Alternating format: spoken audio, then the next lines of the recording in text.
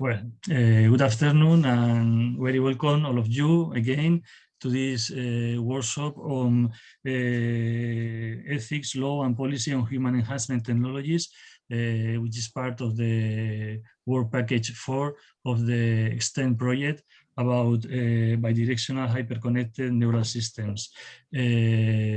Yesterday we had an amazing session, and I hope that today will be the same and indeed better. So thanks all of you for your contribution, for your participation in this workshop. And now Daniel is going to say something about practicalities.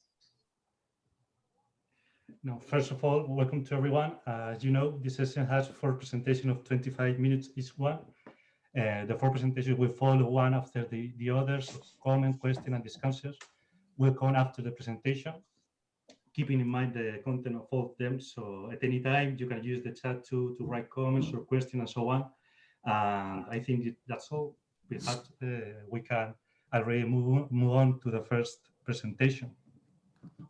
Well, and the first presentation is due to Felipe Barroso, which is researcher at the Instituto Cajal of CSIC in Spain, and he is the main researcher of this project EXTEND, and he's going to present the main characteristic of this project. The title of his presentation is "The Project EXTEND, a New Approach Towards Tremor Reduction and Rehabilitation of Spinal Cord Injury."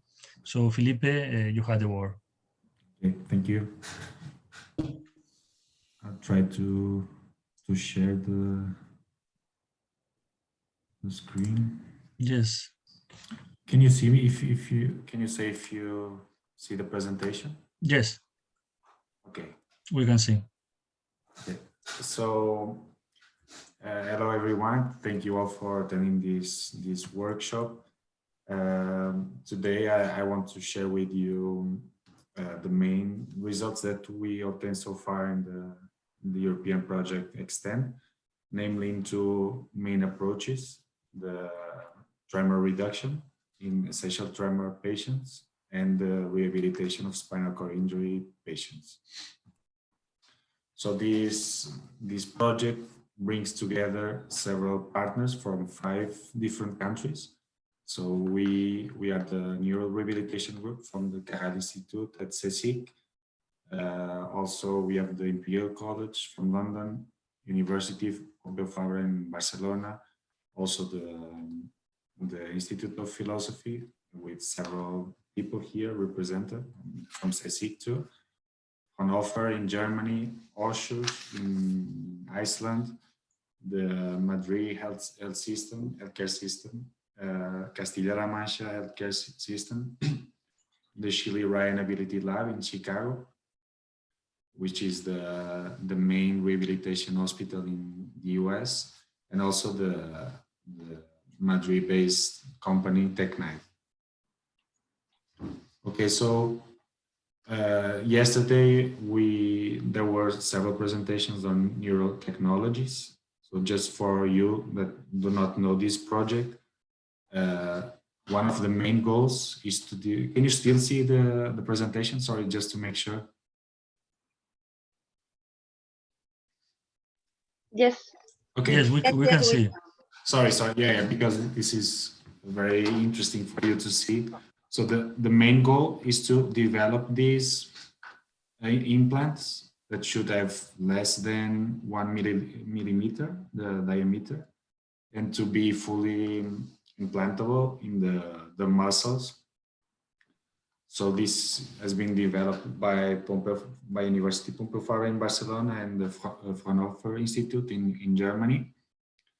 And the idea with these implants is to achieve what we call the bidirectional hyperconnected neural systems, BHNS, that will allow several things. So each of these implants will be able to stimulate the muscles or the nerves, sensing, in this case, recording muscle activity, processing this data, and that's when some of these ethical issues come, and analyze the neuromuscular activity to interface with external devices. So from one side, we will be able to control wearable robots, also known as exoskeletons, that are used in spinal cord injury rehabilitation. And on the other hand, we want to showcase this technology to reduce tremor in essential tremor patients and Parkinson's disease. Okay, so in the project, to get the permission from the ethics committees, and especially from the Spanish Agency of Medicines and Medical Devices, we decided to follow an incremental approach in 3 cycles. So we cannot develop the implants that I show you and ask for permission from the ethics committee directly.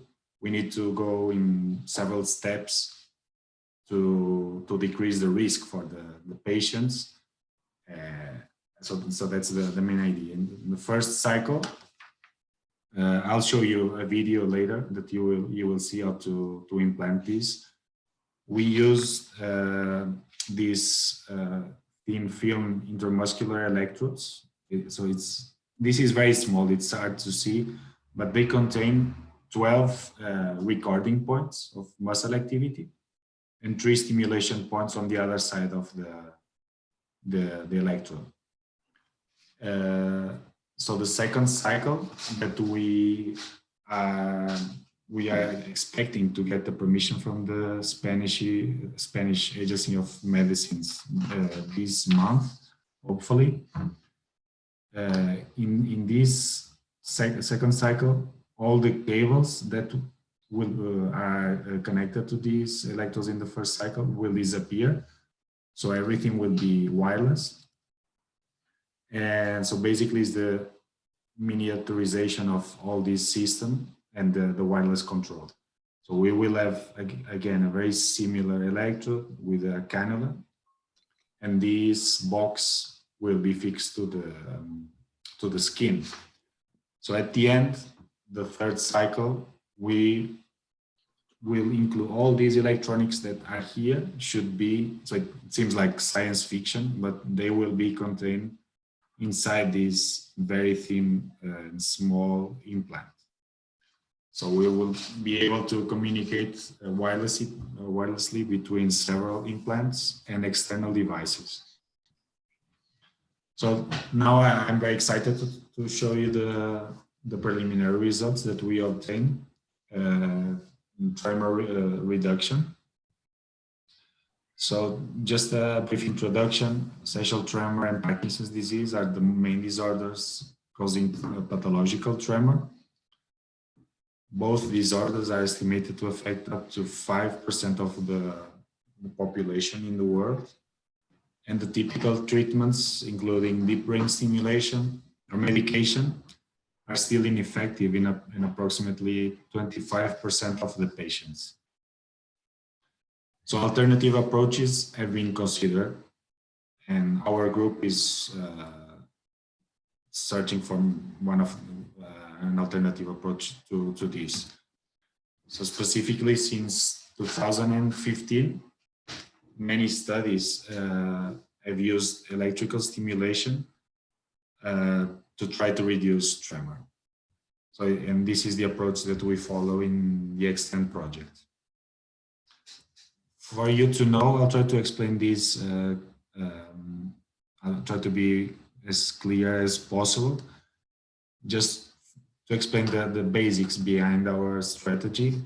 So what we want to achieve is something very similar to the stretch reflex. So that you can see the doctor when you tap the knee and you extend the knee. So what happens is that we are stimulating the efferent fibers in the muscle. The electrical signal goes in this direction, goes to the inhibitory interneuron in the spinal cord, and then it reduces this activation. So just for you to see again, in this the antagonist muscle, if it is contracted, we stimulate the opposite muscle to reduce this activity. And on the other hand, the same muscle will contract. So you can see again, so this goes to the spinal cord and comes back to the muscles. So if we can do this alternatively in tremor patients, hypothetically, we could reduce tremor. So we started with a study with healthy subjects. Here, the PhD student Alejandro is the main one behind all these results. So here is extending the wrist, and after some pulses, you can see that the wrist flexes. And just to show you more technical results, just look at the area filled in red. So before, the blue line is the baseline, let's call like that. And 20 milliseconds after the pulse, this is an artifact, you can see that there is a reduction of muscle activity because it takes more or less 10 milliseconds to go from the muscle to the spinal cord and then to come back. And that's when this inhibition happens. So we then used a very similar strategy in essential tremor patients. Here you can see in black, the black is the angle of the wrist joint. So each second, each patient shakes approximately 5 times, so the 5 hertz tremor. And then these pink areas is when we stimulated the muscles, and you can see that the tremor started to reduce. And this is already published in case you want to check. And as I promised, I would like to show you how to implant these electrodes. So we use ultrasound to locate the muscle belly. This was done at Gregorio Marañón Hospital here in Madrid. Then the neurologist inserted the electrodes with a needle. Then the cannula, the needle is removed. And the only thing that is inside the muscle is the electrode with the 12 recording points and the stimulation points. And this that you can see in the graphics here is the muscle activity. So this represents 1 second, and you can see that this patient has like approximately 6 tremor contractions. So she was shaking like 6 times per second. So the idea would be to perform the same technique that I showed before and stimulate the antagonist muscle, so the opposite muscle, to try to reduce this, but always with this is very important, very low amplitude stimulation, which is the novelty of our work. And so the results last 24 hours in some cases. And you will see here in this video, this was the patient with the best results. So how she was before the stimulation, right after stimulation, and 24 hours later, which was impressive. I don't know, Checho, how many minutes do I still have? Otherwise, I'll skip this. Well, you have no problem. You have at least 15 minutes. So okay, no I think I'm done. Well, yeah, just it's hard to see in the video, but I'll try to step back. So this is when we were assessing her, no stimulation. And here, this is like a very low amplitude stimulation. You can see the red light blinking when we stimulated, but the effects were kind of incremental. So trial by trial, she was improving, and this was at the end of the trial. So after several minutes, she improved a lot. And the day after, we were very surprised when we see this. So no electrodes. These are just sensors to measure the angles of the joints. And as you can see, this was impressive, what we achieved. Some neurologists, when they saw this, they thought it was with deep brain stimulation, actually. For us, was very happy moment. So the other approach that I mentioned that we work in the project is with the spinal cord injury patients. And what we are trying to do is to improve the control of wearable robots, also known as exoskeleton. So in this case, spinal cord injury has a high impact on the quality of life of patients, such as affected bowel and bladder control, sexual function, affected sensory and motor function, and other problems in like walking, eating, grasping, pain, spasticity, among others. Currently, just in Spain, there are about 1,000 people suffering a traumatic spinal cord injury each year, which brings the total number of affected nationally to over 30,000 people just in Spain. Exoskeletons allow multiple, intensive, and more effective sessions of gait training, and which helps these patients to improve their daily life performance. And in this sense, the implants that I show you that we are developing in the project can be used to improve an intuitive control of the robots to be used in the rehabilitation. Here you can see an example of the exoskeleton rewalk. It's quite amazing because like people that spend their lives in a wheelchair, they can at least have a sense of what it is to walk again. But still you can see that the control is not very intuitive. So the user needs to press some buttons. So many things can be improved still. And one of them is to use biological information from the user. So yesterday we talked about using brain information to decode or to guide man-machine interfaces or brain-computer interfaces. But in this case, we are just interested in using the muscle activity to drive these exoskeletons. So imagine that incomplete spinal cord injury patients, that they can still have some kind of motor function or sometimes even to walk. If the activation of the muscles are not enough, we can use the EMG information to drive the exoskeleton and say, help this patient this, or so to tailor the rehabilitation to the patient in a more intuitive manner.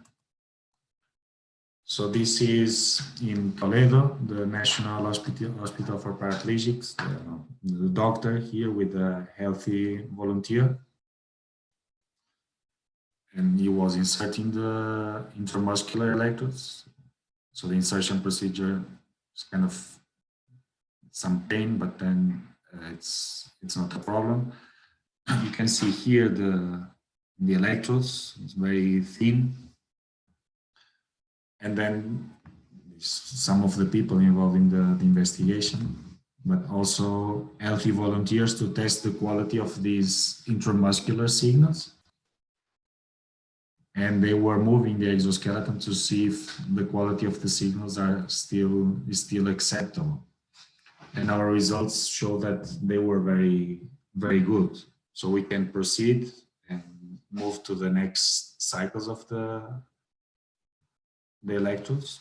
Here you can see that when the subject moves and contracts, so this is muscle activity, we were able to decode this activity and put the exoskeleton to do exactly the same thing, So the next step is to use this in our patients, in spinal cord injury patients, and hopefully to improve the control of the exoskeletons that they use in the hospital in Toledo. So I think this is the second to last slide.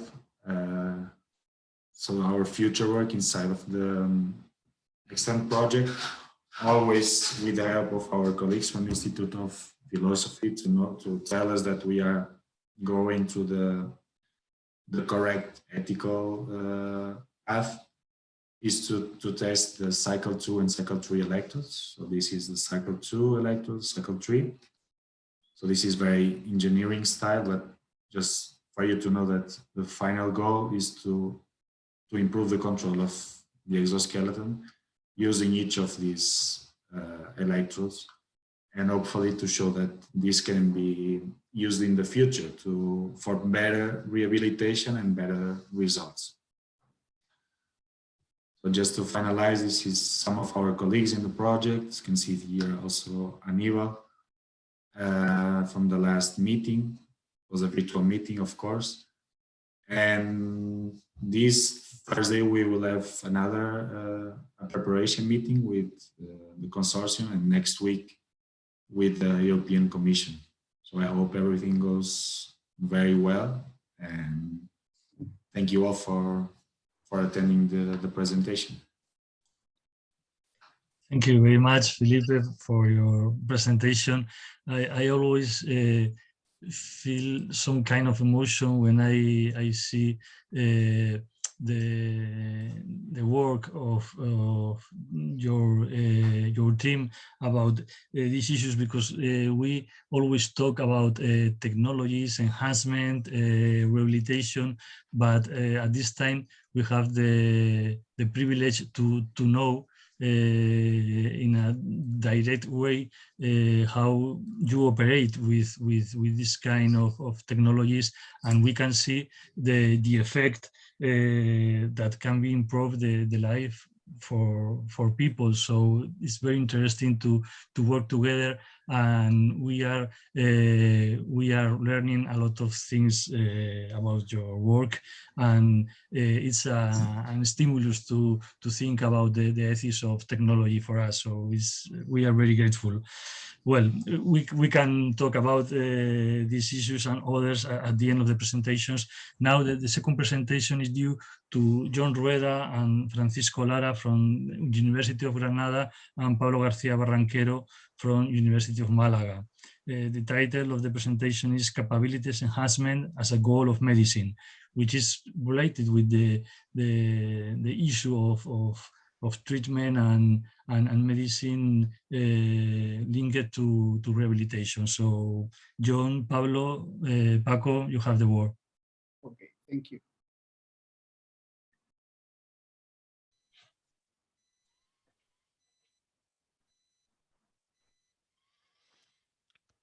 Hi all, do you hear me well? Yes. We are very happy to have the opportunity to expose this paper. Pablo is going to introduce the topic and start with the presentation. And we are still looking for some feedback. This paper is under review, but it is not accepted yet. So we are in time to have some criticism, and it will be welcome. So Pablo, Okay. the floor is on yours. Have you got the PowerPoint or? No, put it yourself if you prefer. Okay. One second. You have at the bottom of the screen. Yes, you can Okay, see. perfect. Okay. Okay. So thank you, Chechu, for inviting us and for organizing this event in the middle of the pandemic. And also I want to point out that we wrote this paper in the first lockdown on March.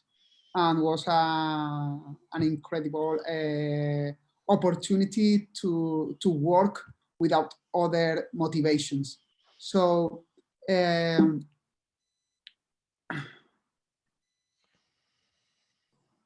consider a person who visits a doctor and requests a medical prescription for a drug that will enhance her capabilities to be freer.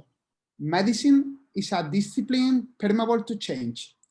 Technological advances and novel social demands can transform what we conventionally understand as a legitimate medical practice.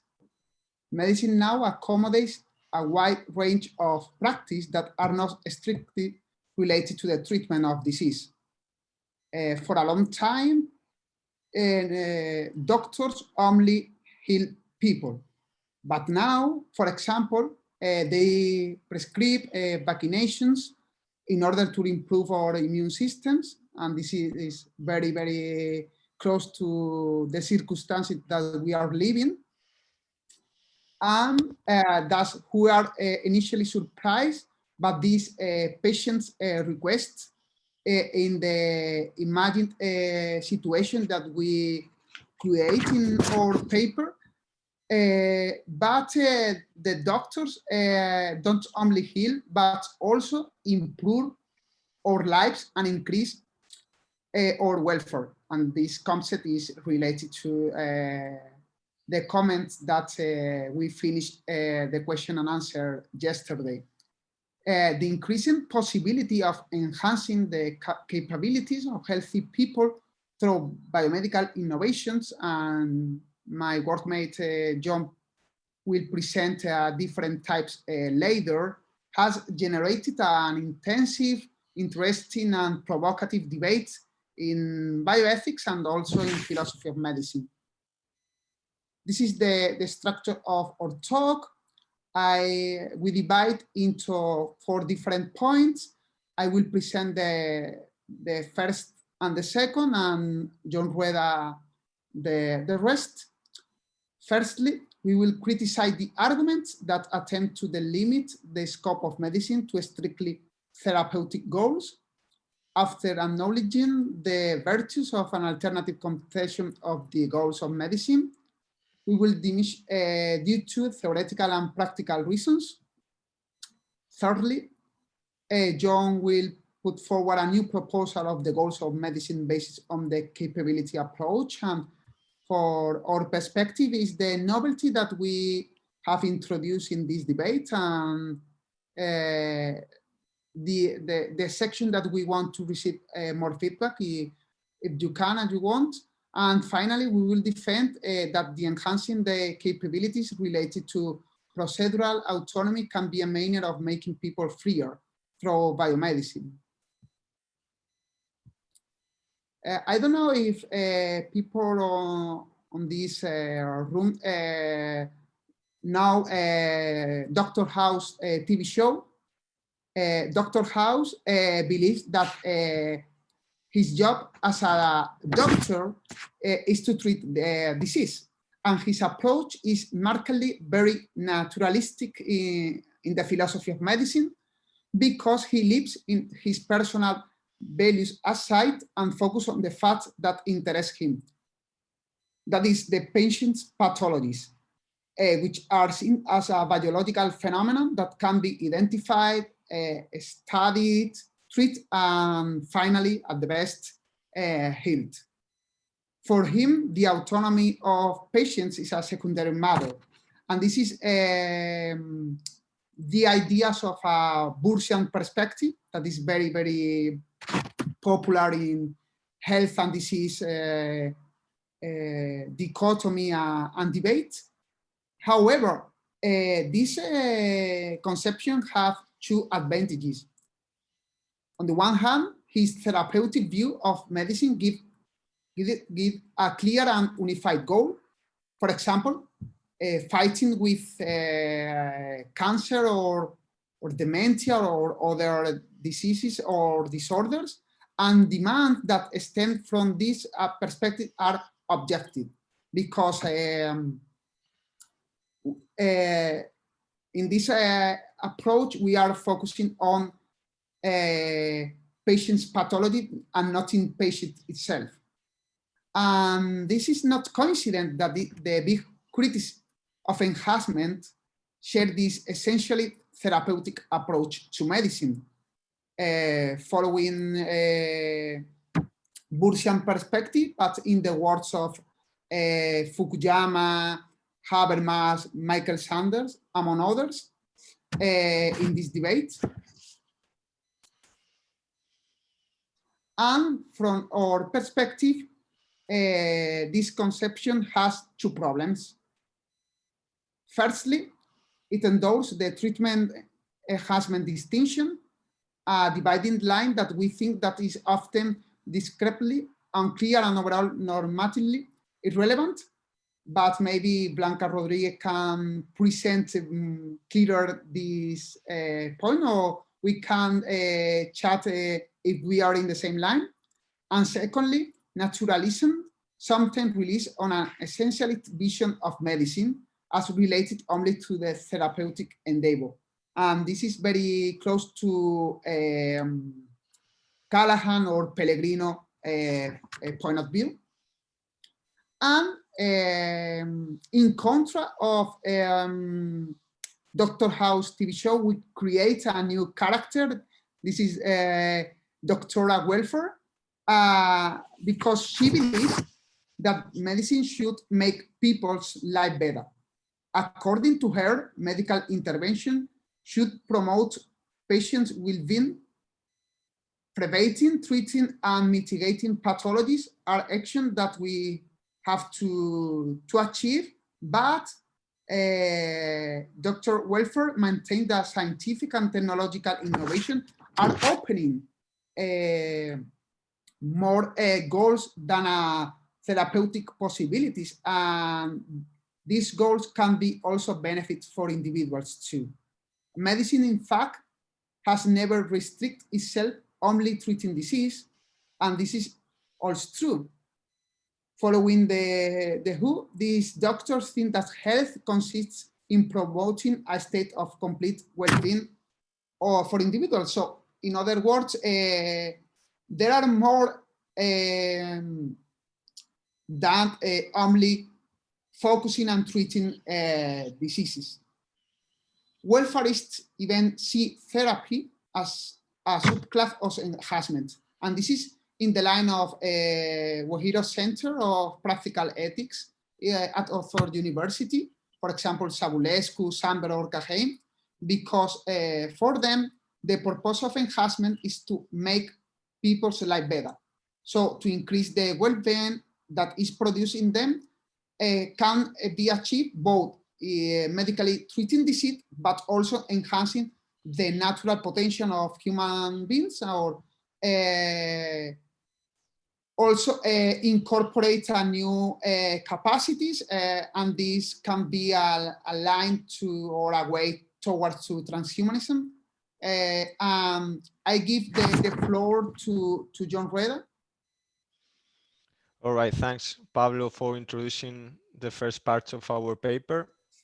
I shall recapitulate now quickly what Pablo has said.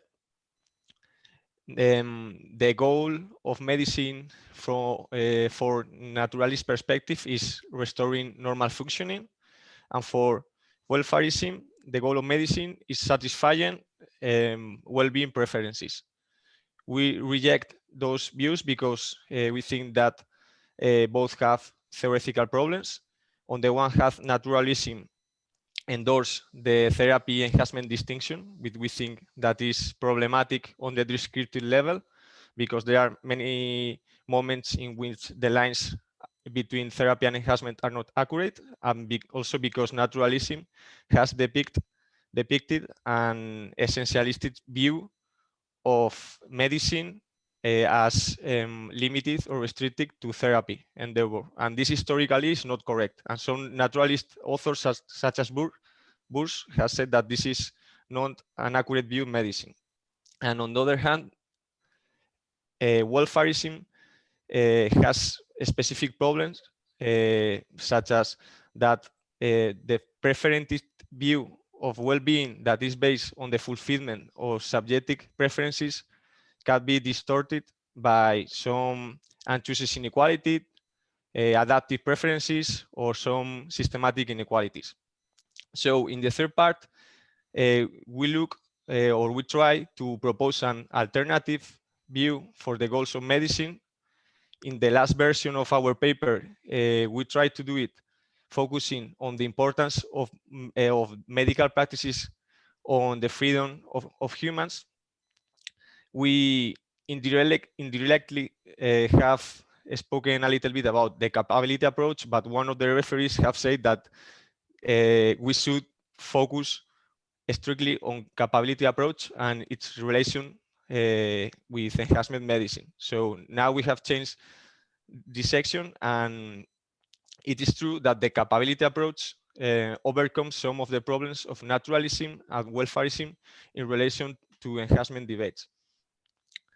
Roughly, the capability approach is a normative framework that focuses on what individuals are able to be and to do. Its theoretical grounds were primarily established by the works of Amartya Sen and Martha Nussbaum, but it is now a very widely adopted perspective in variety of disciplines such as philosophy, economy, social sciences, and so on. But it has been a neglected perspective on human enhancement debate. And we think that it has shown attractive aspects that could be very interesting to apply in the controversy of human enhancement. The first one is that it overcomes the former objections raised against those previous conceptions of medicine. The capability approach is interested in well-being, and this is a very important difference from naturalism. But in opposite to welfareism, which thinks that well-being is the only intrinsically valued thing, the capability approach defends that well-being is important, but it is most important the freedom to pursue well-being. So we think that this emphasis on freedom is an advantage of the capability approach from welfareism. Secondly, we acknowledge that the capability approach has been predominantly studied topics related to famines, poverty, education, gender inequality, disabilities, or climate injustice. But we think that, as some authors, such as Ingrid Robbins, has pointed out, that it is an open-ended theory in normative and conceptual terms, and that it could include the enhancement debate, because this is a debate about practices that have an impact on human freedom and welfare.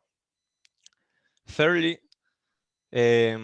we think that the capability approach is particularly well equipped to deal with questions that are related to biological differences between individuals, mainly because the capability approach is concerned about all of the conversion factors, that is, all of the goods and resources that influence the functionings of humans, and they have addressed the social and environmental factors that impact on the development of particular capabilities of humans, but also in the biological factors.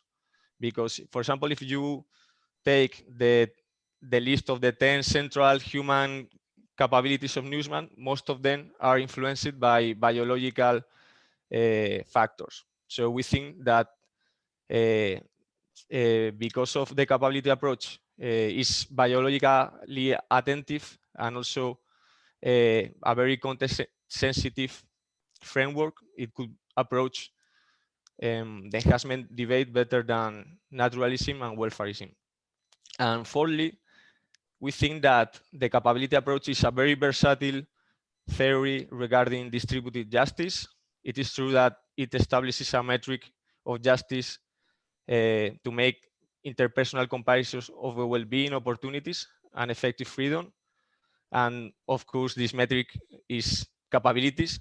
But we think that most of the authors of the capability approach, or at least Sen, is not committed to any distributive rules such as sufficient-tarian rule, prioritarian, or egalitarian. Nussbaum, we think that she has a more sufficient-tarian view, but at least Sen does not commit itself to a particular distributive doctrine. And we think that from the, and one moment, Pablo, and also from that versatility, we still can acknowledge that from the capability approach, as a matter of justice, it is evident that it is more important to treat severe disabilities or health-related capabilities than to enhance people. And this is as a matter of justice. And this does not mean that we should not pursue enhancement, but that we only have, or that we first should give funds to cover the most basic health-related capabilities of people. And in the last section of the paper, we explore the possibility to enhance the capabilities related to procedural autonomy. Procedural autonomy is an account that understands that an autonomous decision is the result of a critical or rational process about personal preferences. And we think that procedural autonomy is not strictly connected with the capability approach, but it is not very far away. And indeed, some authors have worked the link between procedural autonomy and the capability approach. And it is important to point out that procedural autonomy is based on very specific type of capabilities. And most of them are cognitive capabilities. We could mention cognition, executive function, memory, both working memory and long-term memory, and other capabilities related to self-control, practical reasoning, gratification delay, and so on. And as we can see in the next slide, these capabilities are very influenced by some biological and psychological factors. And we currently have some possibilities to improve beyond normal levels these capabilities using, for example, nootropics, that is cognitive enhancement drugs, such as methylphenidate or modafinil. We can use also some emerging neurotechnologies, as the members of the project STEM are working in your research. And also in the future, it could be also possible to use some genetic technologies, because intelligence is influenced or contributed, at least as we know, by more than 500 genes. So to finish, we would like to conclude that the future of medicine is at least influenced by how we understand what is a legitimate goal of medicine. And we think that if we endorse the capability approach, enhancement could be part of our medical endeavors, and particularly because it is the best theory, or at least a theory that overcomes the problems of naturalism and welfarism in the debate of enhancement. So we think that this could be the best candidate to approach the enhancement debate and its relation with the goals of medicine. And that's it. Thank you very much for your attention. Thank you very much, John, Pablo. It's a very inspiring talk, because the issue of the goals of medicine is a classical issue in health humanities and bioethics. So at least since famous Callahan's paper about the new goals of medicine is a hot topic. So we could discuss at the end of the presentations about this issue and about your alternative based on capabilities approach. So, well, we continue and we discuss at the end of the presentations. The next presentation is due to Lidia Feito. Lidia comes from University Complutense of Madrid, from the Faculty of Medicine, although they work since a long time ago on bioethics and health humanities, and undoubtedly she is one of the reference of bioethics in Spain. So we are very grateful to take with your participation, and your presentation is entitled "When I Say This Is My Best I, Who Am I?" And it's close related to the past presentation yesterday of our colleague Marcos Alonso. So Lidia, you have the word. Oh, thank you very much. But don't give expectations to the public, please. I'm sorry that I couldn't attend the workshop yesterday, and so maybe some of the ideas I'm going to give you are quite similar to those of Marcos. Anyway, I'm going to talk about identity, and let me begin with an example. A writer with no ideas starts taking a drug that powers his mind. This allows him to learn at high speed, handle a lot of data, be highly productive, and have enormous clairvoyance to make decisions by calculating probabilities, which makes him a quite highly qualified person for the business world. This makes him rich and powerful, although there are certain side effects, such as mental instability and obviously dependence on the drug. This is the plot of the film Limitless, as you probably know, released in 2011. What this fiction raises is a possibility of enhancement, the hypothesis of developing the individual's mental capacities to the maximum. In the world of the information society, where the flow of data and stimuli is inexhaustible, far from feeling lost or overwhelmed, an individual with high cognitive abilities makes use of this overload of news, story, information, opinions, and data from a way that surpasses that of his contemporaries. And one wonders if this is inappropriate, if this improvement is not desirable. What if we could develop our capacities to the maximum? What if we could develop all that our potential holds? What if we could be the best me that each of us can be? For many people, looking for these possibilities to enhance our capacities is unacceptable due to the risk posed, due to the possible situations of injustice that could arise, or because of the danger of losing what makes us human. Progressive modifications to alter the human being or new capacities not existing in current humans could lead to a point that we would no longer be able to recognize the original individual who is enhanced. The question I'm going to deal with in these minutes, as I told you before, is what would happen with the identity of people who are enhanced. If someone enhanced is the same person as the one who decided to enhance herself, and what implication does this have? This is obviously science fiction nowadays, but it's an interesting challenge to think. Perfective modifications introduce an important issue, the change in the identity of individuals. It should be noted that this is not exclusive to biological enhancement. Educational, cultural, and environmental changes are also determining factors in the lives of individuals, shaping them and endowing them with certain capacities and possibilities, at the cost of losing others sometimes. And the changes can be as irreversible and imposed as biological ones.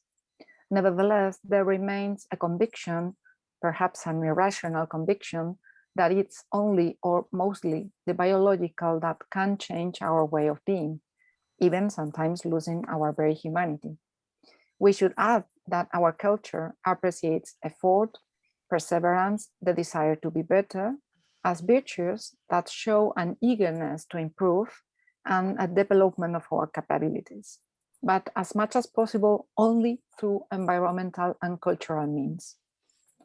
There may be no paradigm or ideal prototype to strive towards. In many cases, enhancement is not seen as a deliberate action to achieve an ideal, but rather as a one-time intervention that can lead to a change that has beneficial effects for the individual, something that is accepted almost without realizing it within the available options for the pursuit of the quality of life.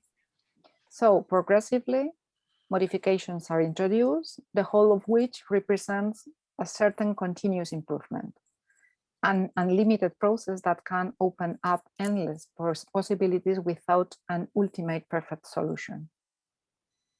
The question that then arises is what happens to the identity of individuals who, having enhanced themselves, cease to be who they are and become others, although with some form of continuity that could allow following a trace of permanence of the self.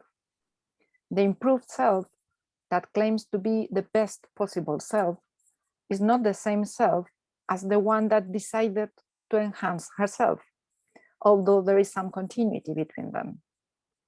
In order to solve this paradox, it's pertinent to ask what is identity. This is a huge topic in philosophy, and of course I'm not going to analyze it here, but I just want to mention that some authors have spoken of numerical identity and also of narrative identity as different ways of approaching this continuity of the individual who changes. Numerical identity, as you know, refers to the permanence of certain traits that make it possible to consider that someone is still the same person despite the fact that some changes may occur. These traits can be biological and psychological. The biological approach points to the survival of the individual as the key to the continuity of existence. However, from the point of view of the individual's ability to recognize herself as the same person, the psychological approach is much more interesting. According to this, it's mainly a continuity of mental states that allows us to speak of an identity. Thus, the connections between a lived experience and the memory of it, or the persistence of certain beliefs, desires, or character traits would be expressions of this continuity. Despite the differences between the psychological theories that deal with this type of identity, there is a clear agreement that a permanent loss of the capacity to be conscious is the end of the human existence. Narrative identity, on the other hand, emphasizes the capacity to interpret the biographical story, assuming that changes and being able to integrate the modifications. The individual's conception of herself involves the elaboration of a biographical narrative in which events, experiences, and changes are given meaning. The question of who I am requires an exercise in the construction of one's own story, defining what shapes the life journey through what has been happening, the transformations that have taken place, the learning that has been acquired, or the image of oneself that has been generated. More interestingly, although with a similar approach, Paul Ricoeur distinguished between the concepts of ipseity and selfhood. Selfhood refers to what we have called numerical identity. It has to do with an uninterrupted continuity between stages in the becoming of an individual, who therefore is always the same. Ipseity is linked to narrative identity. It affirms the openness of the human being who relates to others and who is continually reconfigured in the life course. It's moreover a self with others, so that the relationship with other people is constitutive of the individual herself. The question arises as to whether a process of enhancement forces a continuous reconstruction of the identity of individuals, and what are the consequences of such a process? That is to say, what does it mean to speak of being a human being when the characteristics that define him or her are permanently and voluntarily altered?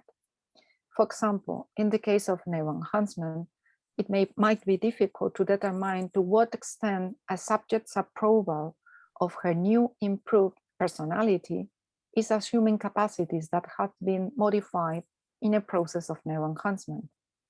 That is, the assumption of a new identity with new capabilities is affected by the intervention performed, which raises a question about the extent to which this decision is autonomous. The subject who decides to enhance herself may not foresee that after the process, she will not be the same person. And even supposing that the first decision to improve have been a free and autonomous decision process, once it has been made, the evaluation of the result is made by a subject whose capacities are different from those of the subject who made the decision. Hence, this alteration of her identity generates a paradox that the results of the intervention cannot finally be assessed by the initial subject who chose it. This has some implications for the debate about the possibility of moral enhancement. An enhanced individual who has increased capacities to be happier, more altruistic, and more caring and supportive will make different choices from those she would have made before the intervention, and will assess her current situation from her current capacities. For some, this may imply a certain loss of authenticity, in the sense that the choices affected by the neuroenhancement would be less autonomous than the previous ones. We could say the natural ones. However, they may be better choices insofar as they are mediated by these new capacities that were not available to the initial subject. This new identity of an individual implies a new form of autonomy. If these modifications were to occur extensively so that we could speak of sets of improved individuals, it would be necessary to assume that the evaluation of new decisions made by communities or societies composed of enhanced individuals would obey different criteria from the initial ones and could invalidate previous choices or reconsider them in the light of the new capabilities. However, it's not new that identity is a dynamic element in permanent change, and that people are continually reconstructing their story and their interpretations of the world, or that societies are changing according to the capacities developed by the individuals who compose them. It's the radical dynamism of human life, in contrast to those who affirm the existence of a sort of inviolable and permanent essence or core in which our human condition, our identity is rooted. It's worth thinking that human beings are basically constituted by circumstances, by changing elements, which require us to continually reconfigure ourselves. And this also implies remaking the story of our own biography or reinterpreting it. The peculiar challenge posed by the possibility of enhancement is that these changes would be a choice of capabilities different from the existing ones, based on technology, which could give rise to an individual who does not identify with the one who was previously, who is someone new with a new identity, and who therefore generates a new story. It could not be integrated into the preceding biography, because the new capacities could place the individual at a 0 point, from which she interprets the world and herself as something other, radically different from the previous one, with whom there has been a distance, a break, discontinuity. Javier Zubiri affirmed that the human being is never the same characteristics, we could say the sameness, but is always the same, the continuity of the subject, the ipseity, with the possibilities of reaching new, improved, or radically new capacities. Perhaps the possibility of not being the same ipseity opens up. The new capacities could generate a new self, which, however, was chosen by a previous self in an exercise of autonomy. Despite the apparent radical break of identity, this individual could tell his or her story with a before and an after. It could be thought that then narrative identity would be the result of this continuity of meaning. It's clear that a key to this identity that considers enhancement as something own is autonomous choice. It seems clear that a chosen enhancement, even if it involves a break with the previous self, would be an exercise of freedom. For enhancement advocates, individuals have the right to determine whether they want to use these techniques or not. For example, Arthur Kaplan points out that individuals should be able to choose how they want to live and achieve their goals. Thus, given the availability of techniques that could favor the development of capabilities, it could be a matter of freedom to choose using them or not. It would be an exercise of individual autonomy. Indeed, enhancement itself could be a way to promote autonomy.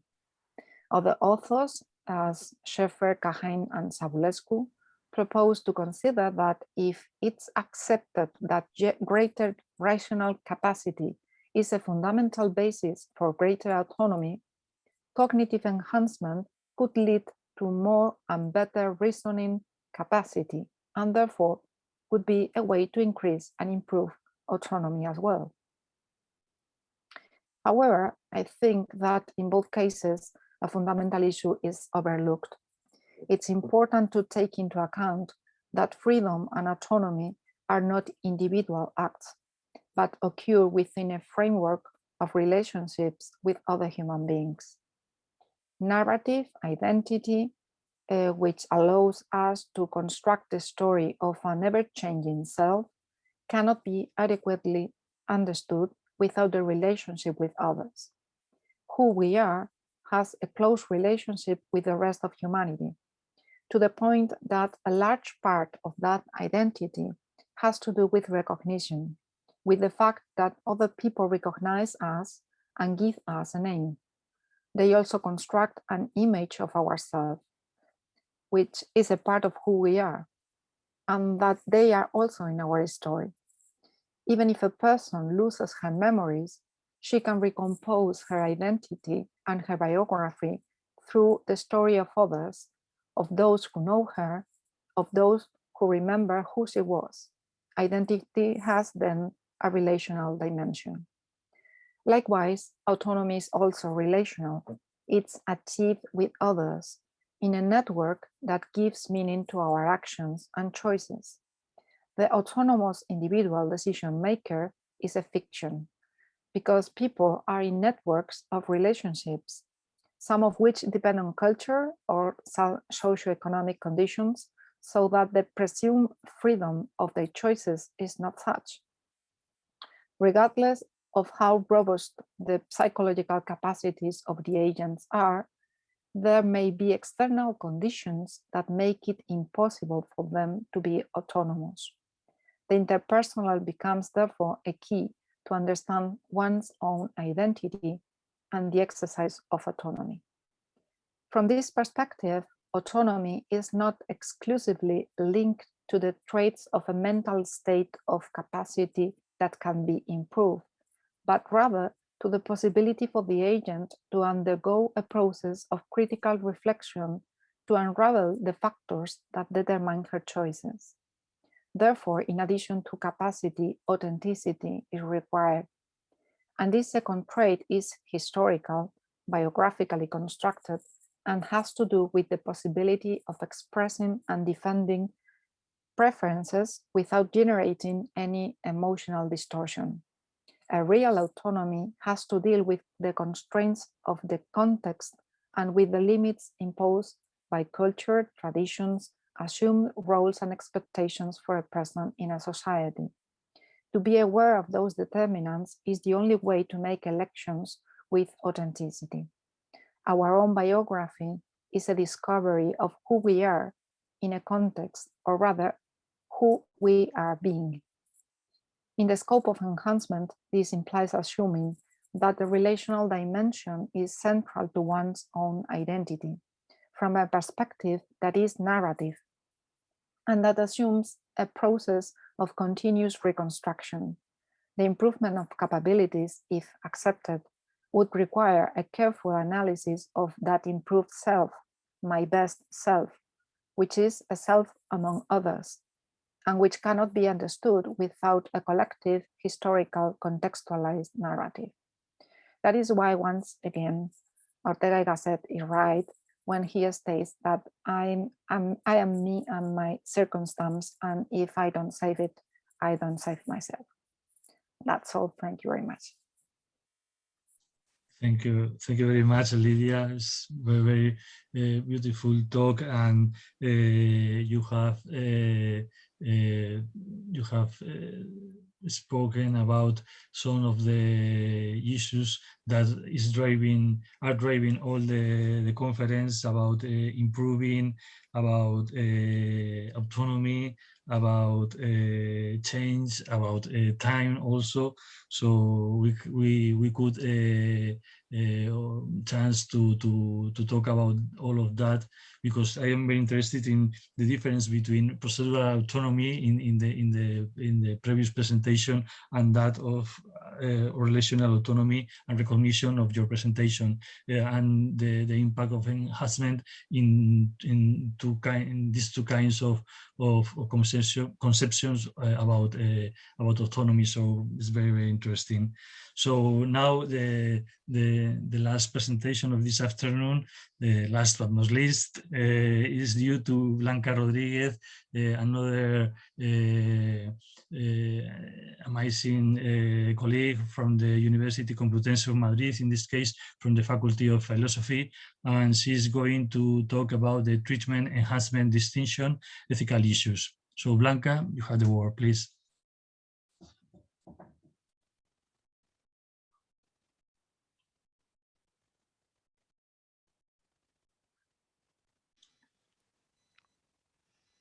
Blanca. The mic, Blanca. Yes, microphone is closed, your microphone. Yeah, I was saying that thank you, that I hope you are not too tired to follow my presentation, and that I'm going to try to share my PowerPoint. Can you see it? Yes. Okay, yes. Great, because I can see it, but I cannot see you. Okay. It's a problem with this kind the presentation or you. Okay. We are here. I prefer in this particular occasion my presentation. Okay, I'm going to talk about a very well-known and much debated distinction between treatment and enhancement, and some ethical issues related to this distinction. Some things has been already said by John and colleagues, but okay, I will try not to repeat a lot of things. I want to, as a good analytical philosopher that I am, I like to begin always with a definition. In this case, definition about human enhancement. And this is not an easy task, because as John and the rest already said, there is not only one definition. There are many. The welfarist one by Sabulescu, for instance, that is highly normative. And this is why I don't like it for this context. Maybe for other ones, it's a very valuable one. Maybe I agree with him in many things, but I prefer to work with a working definitions. So what you have in front of you is exactly just this, a working definition. But it shares with all the other definitions and a specific scheme with 3 things in it. If you take any definition of enhancements, I will ask us one or whatever which you prefer, you will find 3 things. Mention to means of enhancement, the goal, what we want to achieve with enhancement. And then, is there any problem with the sound? Okay. And then a third element is a benchmark.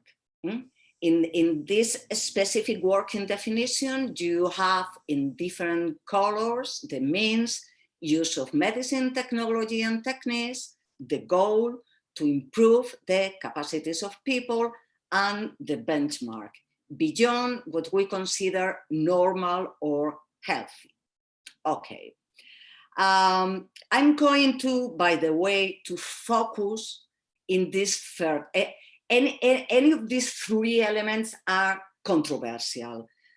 Maybe the first one is not so controversial, but it certainly is. And of course, the other 2 are very, very controversial. But for this presentation, I'm going to focus in the benchmark. Okay, to improve. You need a benchmark, and I'm not denying you need one, you need a benchmark, because to improve is a comparative notion. You cannot say what is an improvement or not if you don't interpret this new state from a situation, a benchmark, from which you can assess if something is an improvement or not. This is clear. And I have no qualms with this. The question is that historically and generally in the enhancement debate, it has been customary to take therapy as a contrasting point. People try to distinguish between therapy and enhancement and make wherever it's correlated with therapy the benchmark. This is just one example, just for you to see that I'm not inventing anything. One of the best known documents, and one of the first, by the way, was called Beyond Therapy. Okay, and this is, by the way, all the quotes you are going to read today, this is the first of it, are from Sandel. For the following reason, there is that of all the critics of enhancement, Sandel is the one I like more. So I think that the best I can do is take him as for me, the best and more coherent representative of the, let's say, anti-enhancement position. This quote is very clear. Breakouts in genetics, by the way, he's talking about bioenhancement, but as Lydia has just said, we can extrapolate this to other means of enhancements. Okay, present us with a promise and a predicament. The promise is that we may soon be able to treat and prevent a host of debilitating diseases. And this is in green, because this is right. This is morally right. The predicament is that our newfound genetic knowledge may also enable us to manipulate our own nature, to enhance our muscles, memories, moods, to choose the sex, height, and other genetic traits of our children, to sum up, to make ourselves better than well. This is in red because this is bad. So we have treatment, things that fall on the side of treatment that are right, and things that we can consider enhancement and that are wrong. And here my qualms begin. Because it's not so easy as already, as again, John and company underlined before, it's not so easy to make distinctions here. What's beyond therapy? Okay, treatment or therapy is associated with some other concepts like disease, injury, health, and medicine. And, and this is bad. This is bad because none of these concepts are in the least clearer than treatment or therapy. It's kind of trying to explain the obscure by the more obscure. All of them are controversial and in no way simple. For instance, and I'm just going to give you some examples. This is a very well-known definition of health. That health is a state of complete physical, mental, and social well-being, and not just the absence of disease or illness. And this is not written by Savulescu and his welfarist approach, but by the World Health Organization. And this is absolutely out of the way we normally talk about health. It's too wide and it's beyond medicine. So this is a bad example. There are others, I'm not going to mention them because they are already mentioned before by John and company. Another way of some people, this is the only quote that is not by Sandel, that try to give a specific definition of therapy. This specific one that is not especially bad said therapy aims to fix something that has gone wrong by curing specific diseases or injuries. Okay, while enhancement interventions, as you can see, this is again an opposition between therapy and enhancement, aim to improve the state of an organism beyond its normal healthy state. And we can recognize, or more easily recognize here, that therapy can be viewed as the proper and a specific object of medicine. But again, we find other problems. For instance, we make references to other concepts that again are far from clear. Diseases, what a disease, okay. This is a definition that I found in a medical dictionary, the Merriam-Webster one, said disease is an impairment of the normal state of the living animal or plant or one of its parts, that, etc., etc., etc. This definition is fine, it's quite specific, it's typically manifest by distinguishing signs, it's produced by some factors, it's an effect of some cause. All this is very fine, but again, we find another highly problematic concept here highlighted in blue, because it makes reference to a normal state. So this is the moment when we should begin asking, what's a normal, healthy state? There are many problems related to this concept of normal, healthy state. but I want to focus in two that I think are particularly relevant. The first is that what is a normal, healthy state is not a fixed state. On the contrary, it varies a lot throughout one individual's life. This is to say, if you focus in one individual, me, you, someone you know or someone you don't know, and follows this person through his life, you are going to find a very different healthy state. Each of them can be considered normal or not in different senses.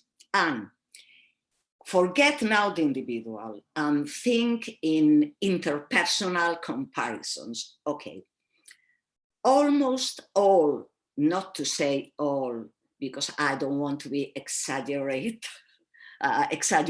things, but most of human capabilities are presented in a normal distribution curve, what we know as a bell curve.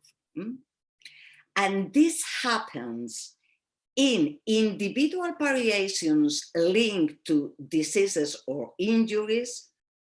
This is to say, to individual variations related with our concept of health or our concept of treatment, and in other ones not linked or not so clearly linked with health.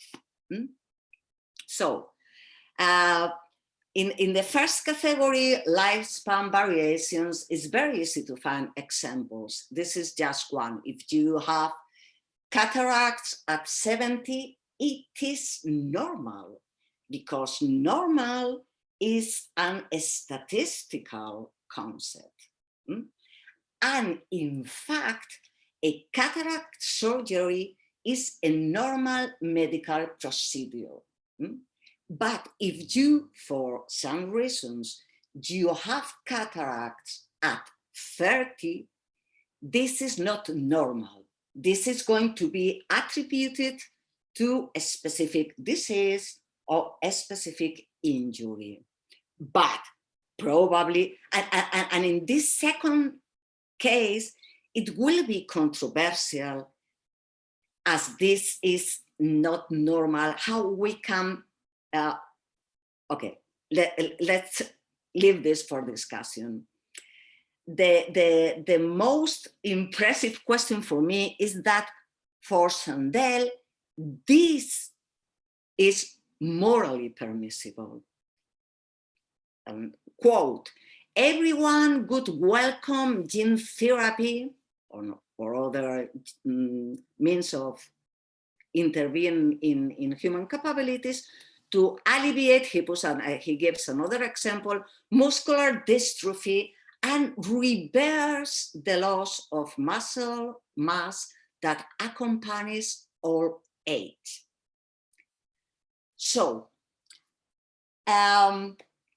someone can say, okay, this can be for independent reasons considered a treatment, and because we consider it a treatment, and this is a descriptive statement, this is a treatment, then we say, as is a treat, up to the point that it's a treatment, it's morally permissible. I think this is not what is happening here. What I think is happening here is that previously we pass a value judgment. We say, this is clearly permissible, this is a normal medical procedure, and then we try to assimilate it to the category that we usually think that is morally permissible. In fact, good proof of what I am saying is Sandelson words. He said, these uses can be assimilated to a treatment to the extent that it could restore capacities that the person has possessed. It could be a remedy in a certain way. Okay, clearly it's not. It's an enhancement. It's not normal. It could be normal if you are 30 and I give you a cataract surgery because you are in an abnormal state due to a disease. So this is treatment. But if you have 70 or 75, it's normal, though the medical procedure is the same, and this is clearly an enhancement because the natural thing for human beings is to have cataracts at 70. Okay, let's go to the second problem, interpersonal comparisons. This is a very well-known example that many of you probably already know. It's the one about Billy and John, that are two boys of the same age, 11 in the example, that are really, really short for their age. And in fact, the prognosis made by doctors is that when they reach adulthood, they will be very short male adults, reaching only this. They both can benefit for the administration of growth hormones. So each of them can gain about 2 inches if the growth hormone treatment is given to them. The only difference is that Johnny has a specific medical problem, who is the cause of his short stature. He is deficient in growth hormone due to a brain tumor. This is this plainly fall into the previously given definition of disease.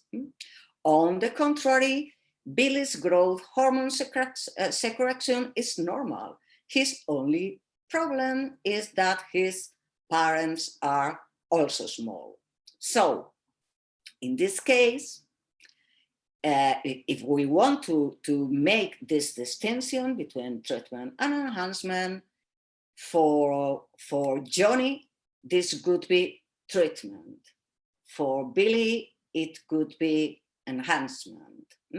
In fact, at the beginning, this kind of therapy was only given to children like John, though in more recently, the use of this treatment has been extended to people like Billy or like my niece.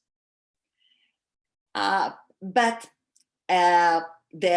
we are not worried about what is normal if to give growth hormone treatment to one or the other, but to wonder if there is some moral reason to give growth hormone only as a treatment, meaning just for John.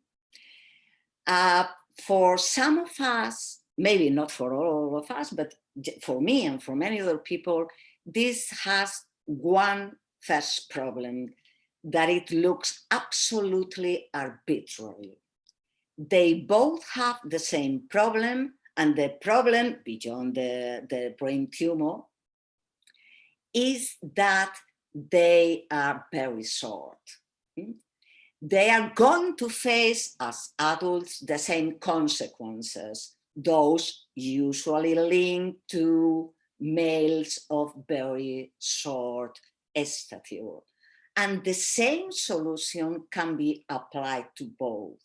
So if you want to make a distinction and give the growth hormone to John and not to Bill, I'm not saying this is impossible. I'm saying you have to come up with a really good moral reason. Second problem, this kind of discrimination perpetuates biological disadvantages. You are telling Bill, sorry, you are short because your parents are short. This is a biological disadvantage. We could solve it, but we are not going to do it because you have no underlying disease. In fact, what can we say against giving Bill the known ill child the growth hormone? Here comes Sandel again. This concession, for him this is a concession, raises a large question about the ethics of enhancement. If hormone treatments need not be limited to those with hormone deficiencies, why should they be available only to very short children? Why shouldn't all shorter than average children be able to seek treatment?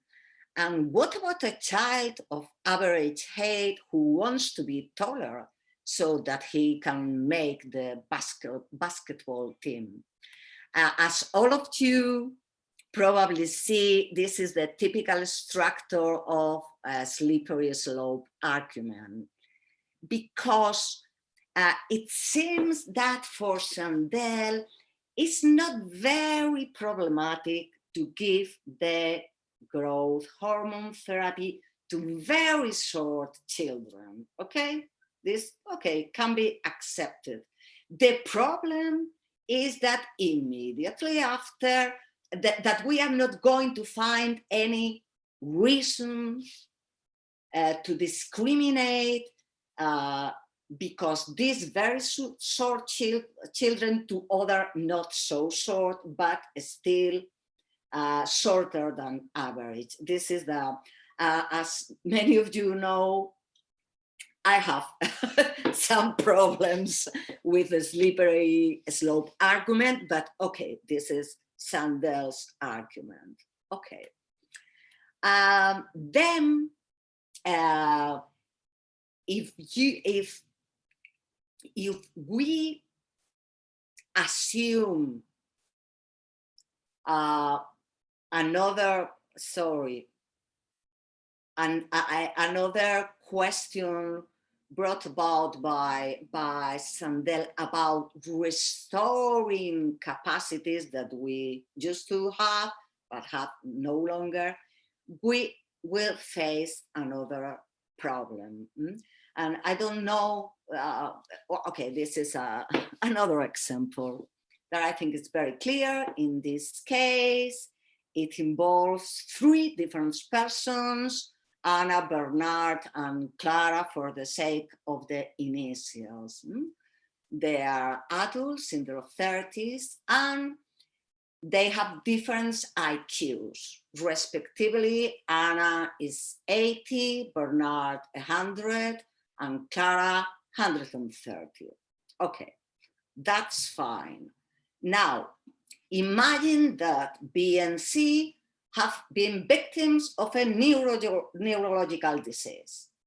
And as a consequence, their IQs has been reduced by 30 points. But we have a surgical operation or any other medical means, or not medical, some other means to reverse the situation and return them to their original IQs.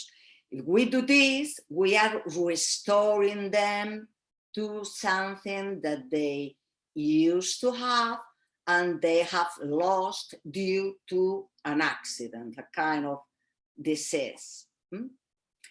And further, now you imagine that you can perform the same procedure in Anna, who has not had any disease, and that he can earn 10 points over her 80s.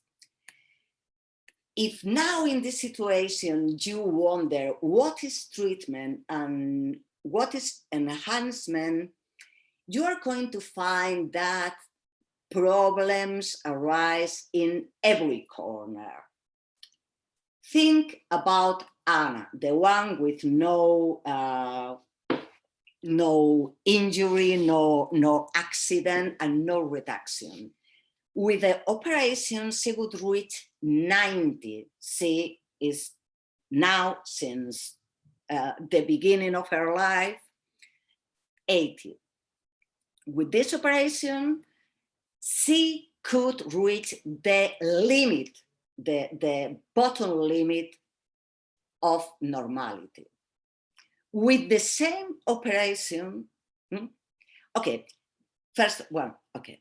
If you think that only for those who have had an accident, the surgical procedure or whatever other means is morally, it's a treatment, we are back in the Bill and Johnny scenario. So let's contemplate another question that is just about restoring, okay?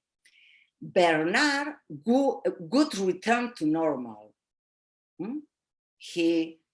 And returning to normal, he will go back to his pre-accident IQ of 100.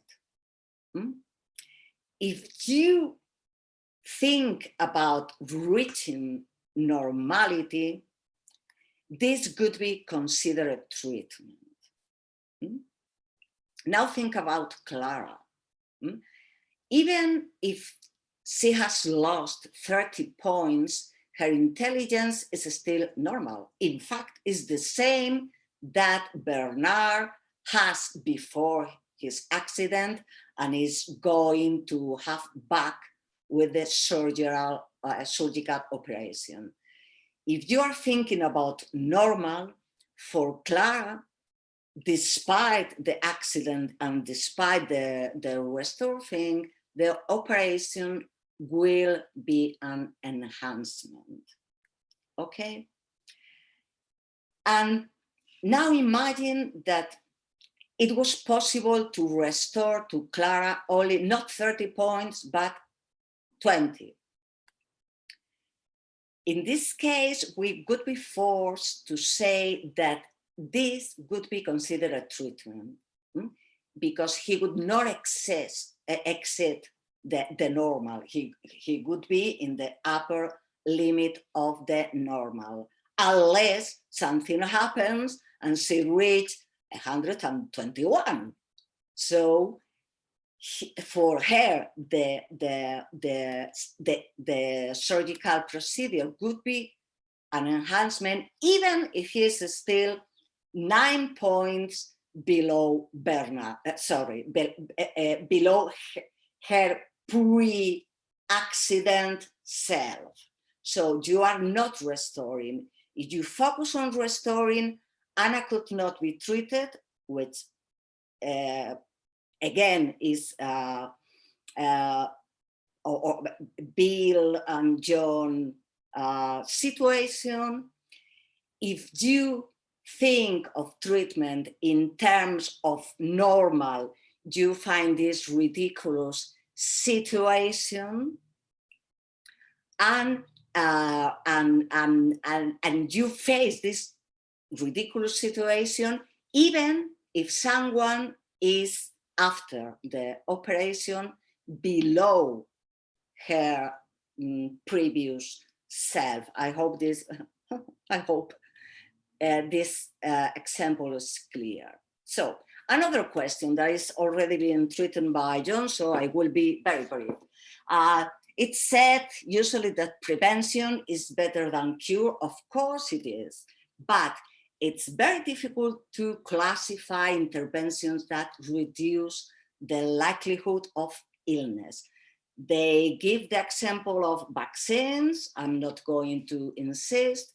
This, in fact, this is a treatment. Sorry, in fact, this is an enhancement, okay? But we consider it is nowadays traditional to consider prevention together with treatment as a proper goal of medicine. And why? Because, well, I say it's not because preventing a disease is not a treatment, okay, but by any account. But, okay, we can do this maneuver because vaccines are related to health. Now, I ask you to think in other traits that can be related to health, though not in such a direct way as a vaccine for preventing a specific disease. But keeping in mind that we consider prevention morally permissible. And now think about the IQ again. Okay, there are all the reasons and all the evidence to think that IQ is correlated with a lot of things. For instance, physical health, alcoholism, impulsivity, vulnerability to accidents, longevity, and diet preferences.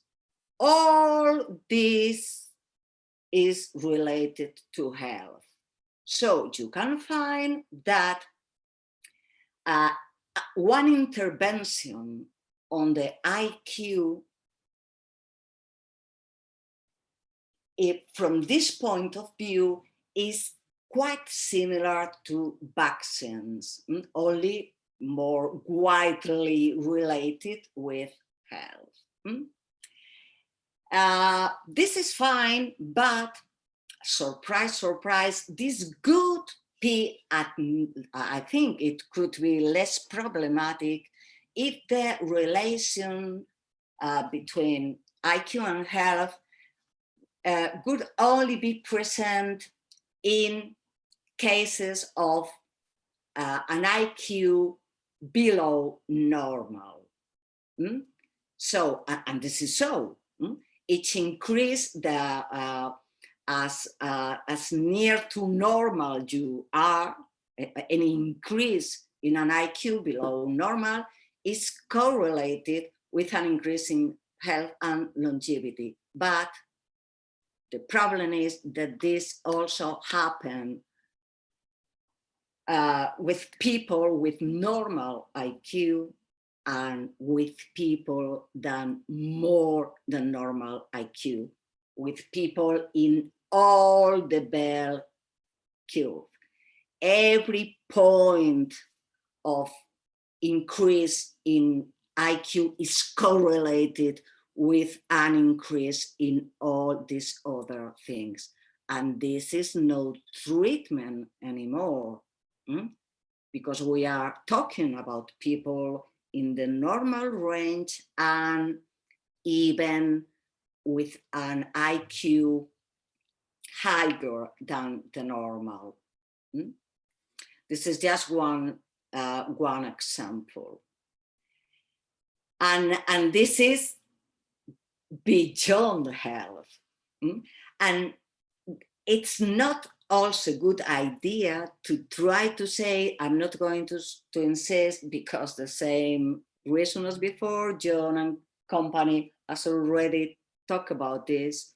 You cannot say, okay, this is all very fine, but these ambiguous or situations or unclear situations that makes any possible line trace between therapy and enhancement be very blurred.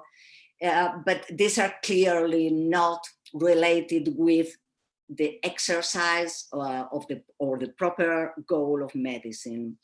And this is absolutely contrary to normal contemporary medical practice that includes many things, not only preventive medicine or palliative care, but all these things: sports medicine, plastic surgery, fertility treatments, cosmetic dental procedures, and much else. So, conclusion, I hope I've not taken a lot of time. As I said, usually human capabilities are presented in this kind of, in this bell curve. This is absolutely a statistical matter.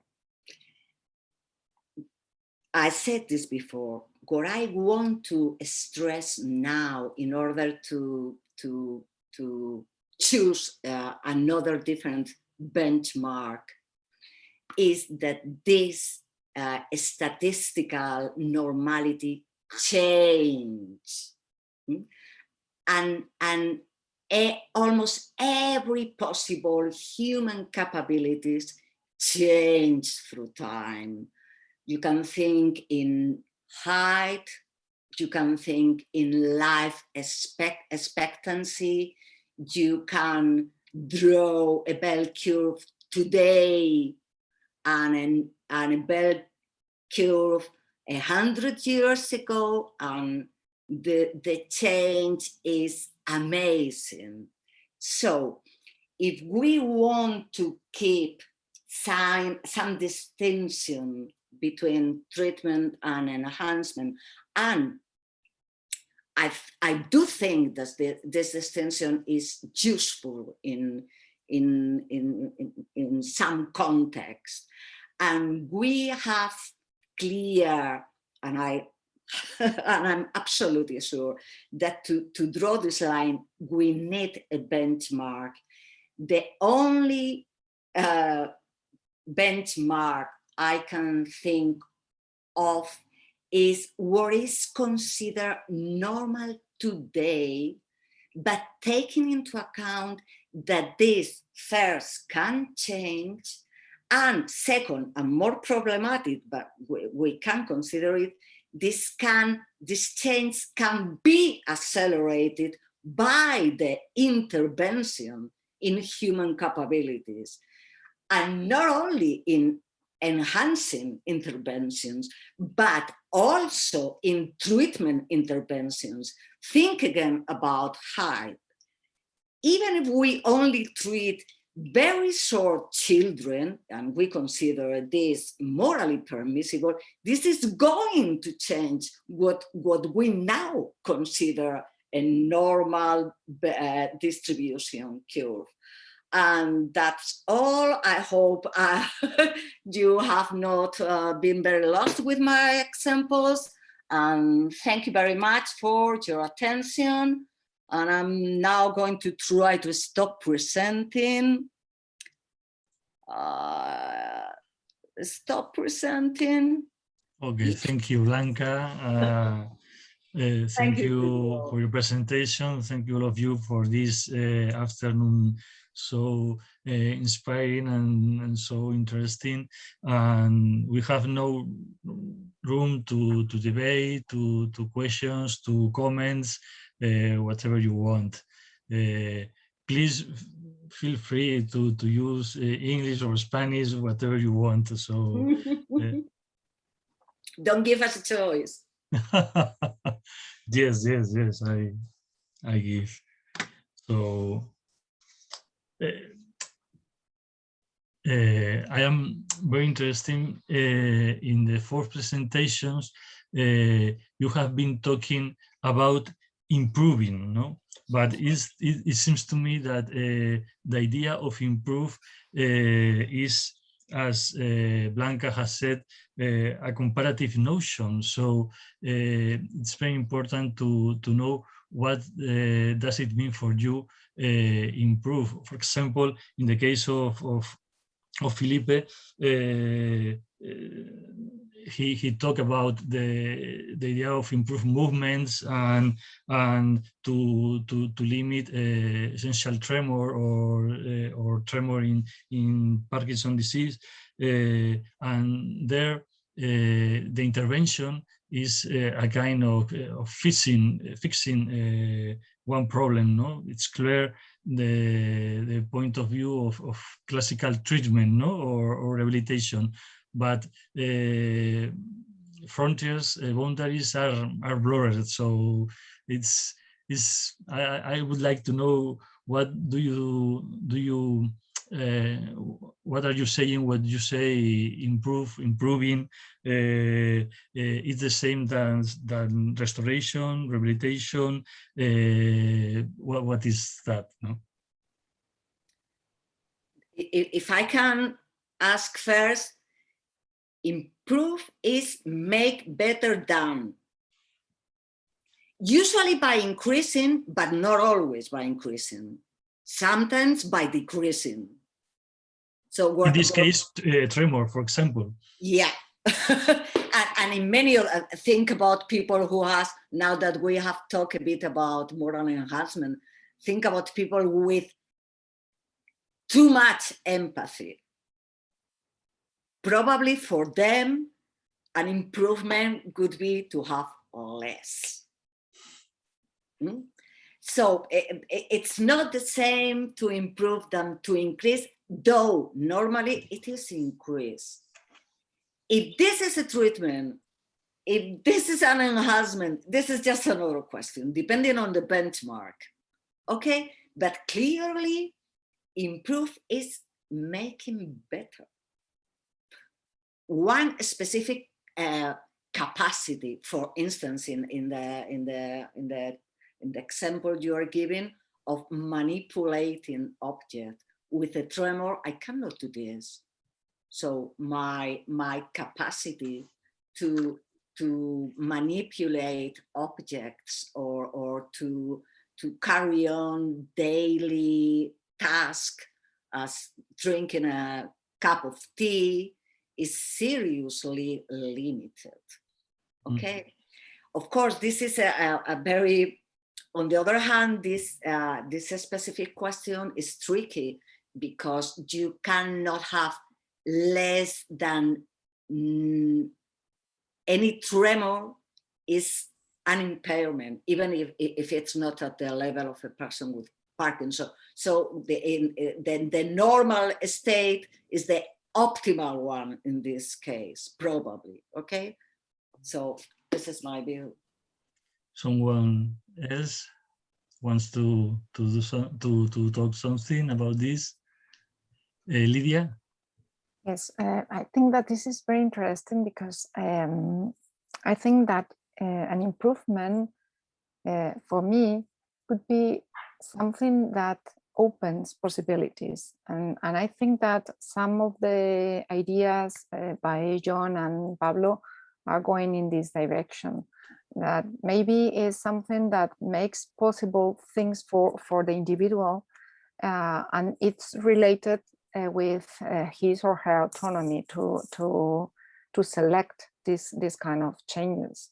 And I would say that I was thinking when I was listening to you about the medicine of desire. I don't know if you know this expression, and I think that sometimes is what is in the bottom, that maybe we are trying to open a field of enhancement that is a way to go further of our possibilities, but in a non how can I say, without that benchmark that Blanca was talking about. No, is without this benchmark, everything is open, so we can select anything, and even going not only beyond therapy, but even to capacities that are only in our dreams. You know what I mean? That maybe it's something that we cannot even imagine right now, but it's a possibility that we can open for the future. So I don't know if you think that this little bites that we are doing right now to medicine in this desire is going to forward to enhancement or not. It's a very good point, because the idea of medicine of desire to link with enhancement, because there is a huge discussion about what are the limits about that goals of medicines. So John or Pablo, what you want to? Y yo, mira, voy a hablar directamente en castellano porque sufro menos y vais a sufrir menos vosotros también oyéndome. En este sentido, si lo que queremos evitar el wishful medicine, la mejor postura es el naturalismo. Ahí tiene una ventaja clara el naturalismo porque dice que lo que tenemos que financiar públicamente es la prevención de enfermedades, su tratamiento y restaurar pues, el funcionamiento normal de los individuos. Y esa es una ventaja clara, y a nivel pues, de justicia distributiva pues, marca claramente la necesidad pues, de marcar ciertos límites. Y Norman Daniels, en ese sentido, pues él tiene muy claro pues, que la distinción terapia-mejora puede ser defendida para marcar esos límites y evitar que nos aboquemos a demandas ilimitables de bienestar individual, que es una crítica recurrente al bienestarismo. Yo sigo creyendo que sigue habiendo un problema inherente a la concepción naturalista, y es que se basa en lo que Blanca está exponiendo de lo que es lo normal, y lo normal entendido de manera estadística. En este sentido, yo creo que la distinción terapia-mejora nunca puede ser tajante, sino que tiene que estar en un continuum descriptivo, que es una cuestión de espectros. Y que muchas veces pues, puede que sepamos identificar casos terapéuticos concretos y casos de mejora concretos. Pero también es que se dan casos de mejoras terapéuticas. Y esta es una tercera categoría, los del proyecto Siena pues la han identificado también, y es verdad que hay intervenciones que parte de lo que consiguen es, por ejemplo, en el caso de cuando hacemos una cirugía láser para tratar la miopía, pues eliminar una enfermedad, pero podemos conseguir que se vea mejor que la media. Eso que es una terapia, una mejora, es una mejora terapéutica. Y habría muchos casos en los que serían difusos. Y no queda claro, en cierto sentido, hasta qué punto ese tipo de distinción es completamente necesaria.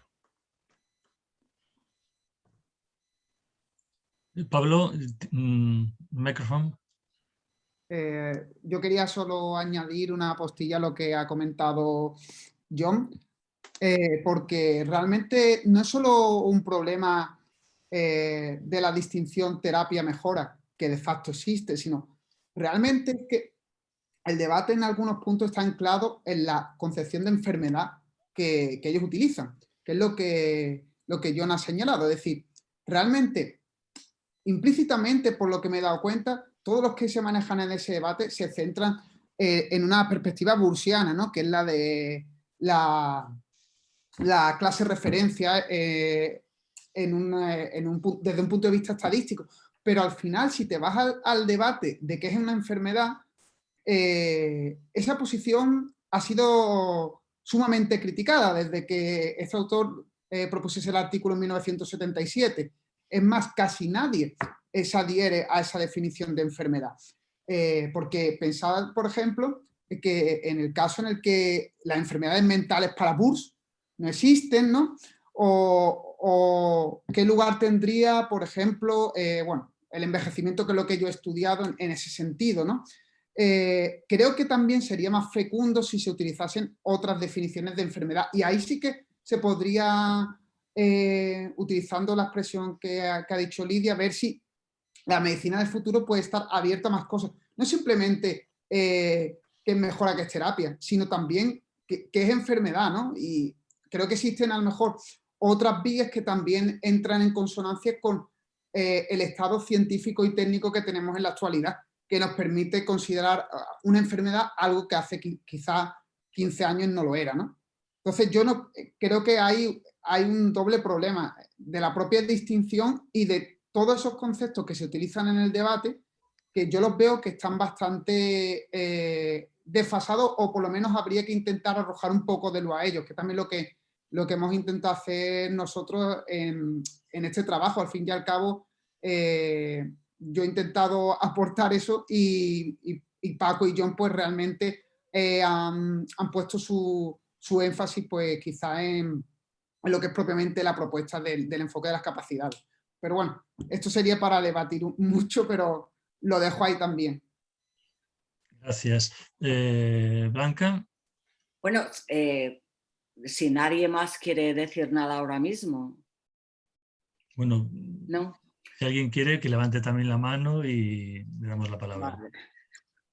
Es que yo me lanzo enseguida a levantar la mano. Bueno, ya veo que yo también estoy hablando en español, me acabo de dar cuenta, pues bueno, sigamos. Mira, hay dos cosas. Yo estoy de acuerdo, por eso decía que yo creo que hay en algunos debates hay un lugar para establecer una distinción entre mejora y tratamiento. Y precisamente el más relevante de ellos es en, por ponerlo castizo, y a mí la seguridad social que me va a pagar. Es un problema de distribución de recursos. Yo estoy de acuerdo en que ahí hay que tener un límite lo más claro posible, pero dado que somos filósofos y no solo nos dedicamos a la política pública, si es que alguno se dedica, teniendo siempre en mente, primero, que la línea es arbitraria, que se puede mover, que depende de muchas cosas y que moralmente es irrelevante, salvo en el sentido de justicia distributiva. Pero no es moral en el sentido de que si tú te lo quieres hacer con tu dinero, yo no tengo ningún problema. Los que hablan de la moralidad, del enhancement y hacen la distinción, y vuelvo a pensar en Sandel, Sandel está pensando no en esto último. O sea, Sandel diría, pues si tú te lo pagas de tu bolsillo, pues es moralmente cuestionable también. Es decir, quiero poner el debate moral ahí, ¿no? Por supuesto que a nivel de políticas públicas, y hay muchas cosas debatibles con las que ya tenemos ahora, que te hacen determinadas operaciones, pero luego no te ponen un diente, en fin, todo eso, pero teniendo en cuenta que eso cambia, que depende de cómo uno quiera elaborar los presupuestos y que en último caso eso es una cuestión de elección pública. Y en tercer lugar, que no está relacionado solo con la salud, porque muchas de las cosas que admitimos como propios fines de la medicina pública, están fuera del ámbito de la salud. O sea, el problema no es la salud, el problema es qué vamos a considerar por razones diversas que es adecuado que obtenga fondos públicos y qué es lo que es adecuado que si uno lo quiere hacer, pues lo haga pagándose de su bolsillo. E insisto, y esto es un debate público, porque la propia salud, muchas veces se pone el límite en la salud y no en otro tipo de intervenciones cuando se habla de la meta adecuada de la medicina, porque se piensa que la salud en sí misma tiene límites y otras cosas no. Y esto enlaza con la pregunta que le quiero hacer a Lidia. Pero esto es falso. La salud no tiene límites. Uno siempre puede estar más sano, vivir más, tener menos dolores, tener menos alergias. ¿Cuál es el límite de la salud? Bueno, esto no lo sabemos. Los ángeles incorpóreos que no sienten ningún inconveniente corporal, pues a lo mejor se han acercado a la salud perfecta. Desde luego los humanos no estamos en ese camino. Y esto quería yo hacerle a Lidia una pregunta que en principio es de clarificación. Me ha parecido súper interesante tu presentación, pero yo tengo una duda.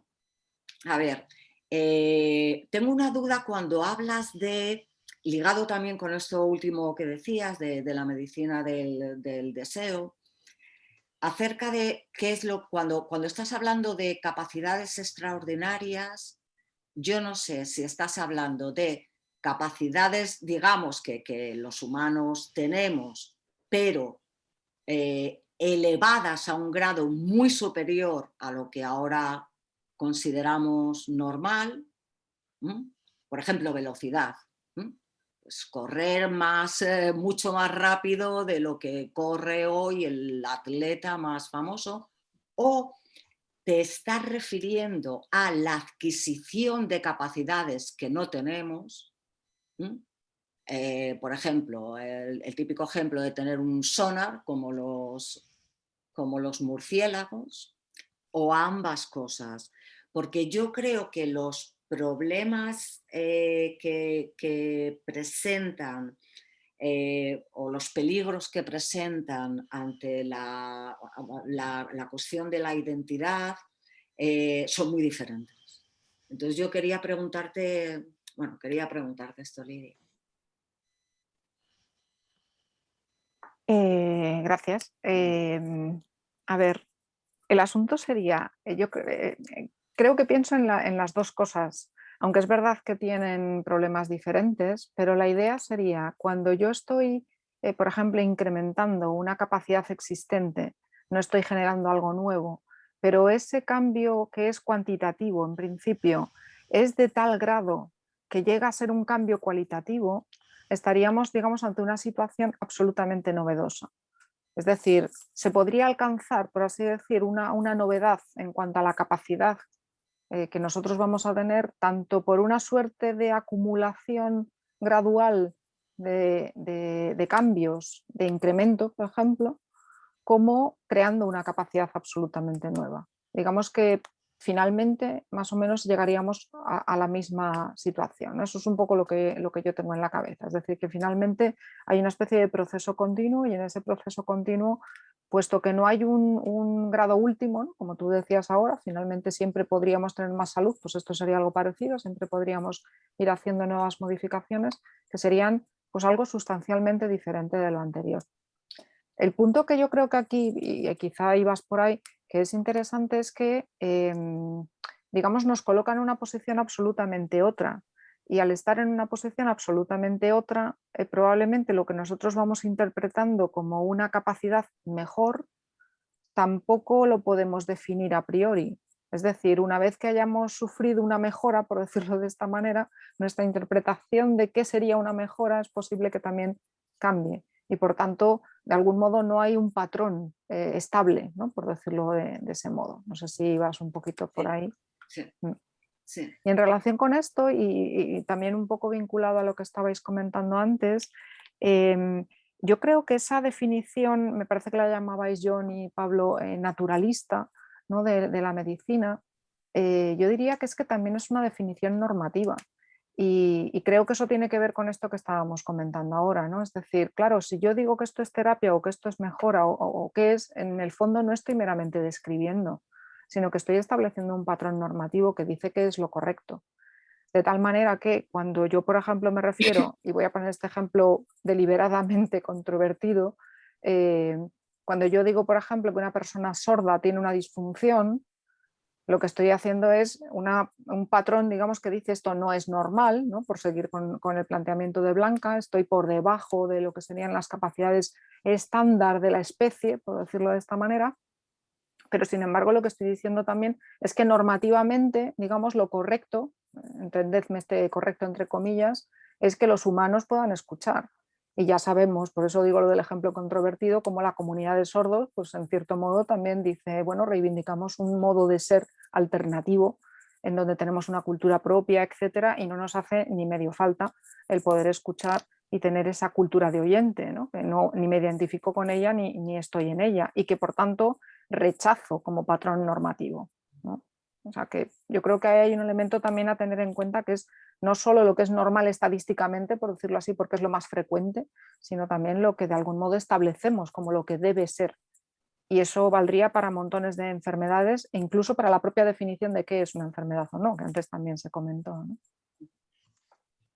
Bueno, ahí pedías alguna palabra, pero bueno, nuestro compañero Felipe también se tiene que marchar y yo no sé si tiene tiempo para responder a una pregunta muy breve, ¿no? Y es que nos interesa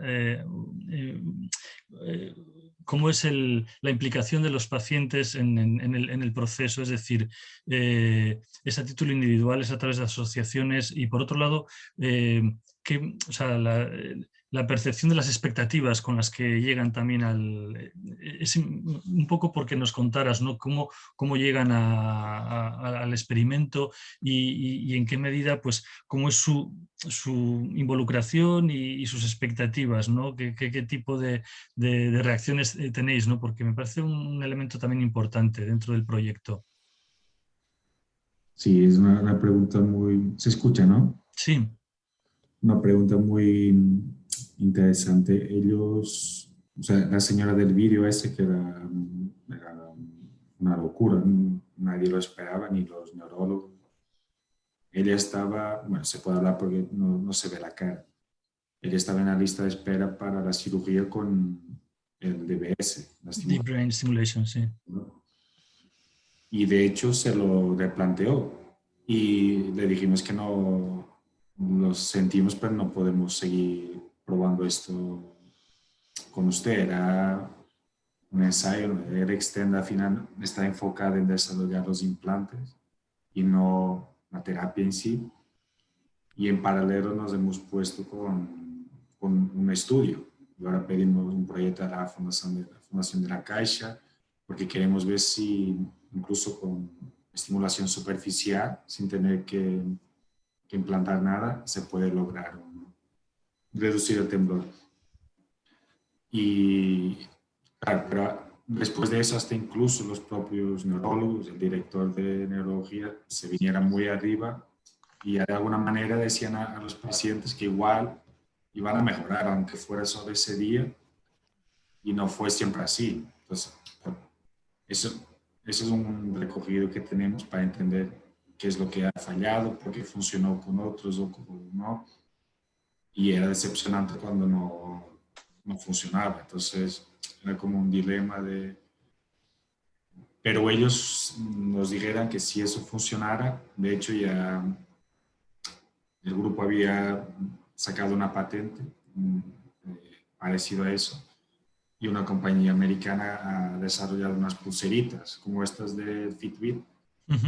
Y básicamente es puede estimular en la muñeca, extensor y flexor.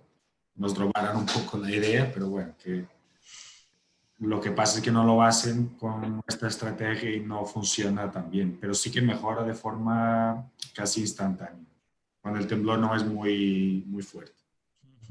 Nosotros estamos metiendo ahí inteligencia del reflejo ese que os enseñé, si se puede hacer algo así, aunque sea un poco invasivo. Nuestros pacientes del 100% dijo que quería eso en vez de el DBS. Algunos no salen de la cirugía. Y eso, si hubiera un problema, era solo quitar el electrodo. Entonces, ya en la lesión medular es distinto, porque no es que sea menos, no es que afecte menos, pero al final el propio exoesqueleto les ayuda. Es como solo la sensación de volver a pisar el suelo es como volver a sonreír, y lo que estamos haciendo es como, ahí sí que estoy de acuerdo que es una mejora, es mejorar el control, pero para temblorio es que he visto gente que no podía sujetar un vaso, no se van por sí mismos porque no pueden, que ahí era terapia o no sé cómo, que estaba hablando ahí, creo que eso es, o sea, moralmente es bastante aceptable. El temblor. Nada, era un poco una curiosidad, Felipe, por el papel también de los participantes en el experimento, ¿no? Ellos son los que nos van a decir hasta qué punto podemos ir o no, porque el ciclo 2 que os enseñé no tenía la parte tecnológica, pero va por, se llama acoplamiento galvánico. Básicamente vamos a dar ahí demasiada potencia y en pulseras textiles, pero eso lo que va a hacer es, o sea, no hay ningún peligro, bueno, no debería, pero es todo inalámbrico, va a energizar los implantes. Y hace de más, o sea, como es un un prototipo, es demasiado aparato para lo que el paciente está acostumbrado. Mientras que el otro del vídeo era un poco aparatoso, pero ellos estaban encantados y querían volver al día siguiente. Yo creo que igual el segundo y el tercero es necesario para que podamos evolucionar en el futuro de cara a una miniatura, ¿no? De una cosa más aceptable. Y ahora son los pacientes que sean voluntarios y por lo menos quieran intentar estar mejor algunos minutos. Pero no va a ser de final, sí. Ojalá pudiéramos usar eso superficial y con una pulsera. Pero bueno, en ello estamos ahí.